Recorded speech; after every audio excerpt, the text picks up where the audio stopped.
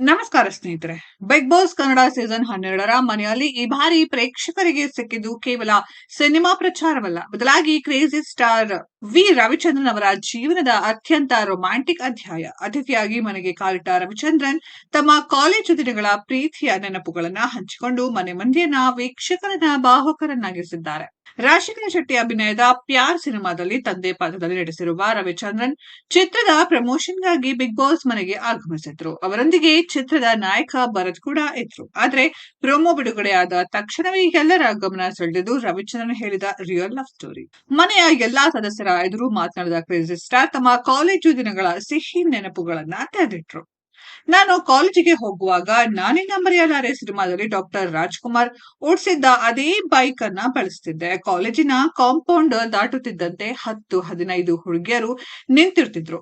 ಆ ಬೈಕ್ ಸೌಂಡ್ಗೆ ಒಂದು ಹುಡುಗಿ ನನ್ನತ್ತ ತಿರುಗಿ ನೋಡಿದ್ಲು. ಆ ಕ್ಷಣ ಅವಳ ನಗು ಅದೇ ನನ್ನ ಮೊದಲ ಪ್ರೀತಿ ಎಂದು ರವಿಚಂದ್ರನ್ ನೆನಪು ಹಂಚಿಕೊಂಡ್ರು.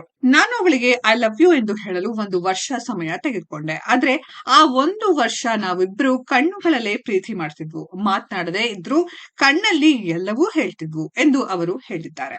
ಒಂದು ದಿನ ಧೈರ್ಯ ಮಾಡಿ ಅವಳೊಂದಿಗೆ ಮಾತನಾಡಬೇಕು ಎಂದು ನಿರ್ಧರಿಸಿದ ರವಿಚಂದ್ರನ್ ಬೈಕ್ ಬಿಟ್ಟು ಕಾರಿನಲ್ಲಿ ಕಾಲೇಜಿಗೆ ಹೋಗಿದ್ರು. ಅವಳು ಎದುರಿಗೆ ಬರ್ತಿದ್ದಾಗ ನಾನು ಕಾರಿನಿಂದ ಇಳಿದು ಎಕ್ಸ್ಕ್ಯೂಸ್ ಮೀ, ನಿಮ್ಮನ್ನ ಡ್ರಾಪ್ ಮಾಡಬಹುದಾ ಎಂದು ಕೇಳಿದೆ. ಆದ್ರೆ ಅವಳು ನೋ ಥ್ಯಾಂಕ್ಸ್ ಎಂದು ಹೇಳಿ ಹೋಗ್ಬಿಟ್ಲು ಎಂದು ಅವರು ನೋವಿನೊಂದಿಗೆ ವಿವರಿಸಿದ್ರು.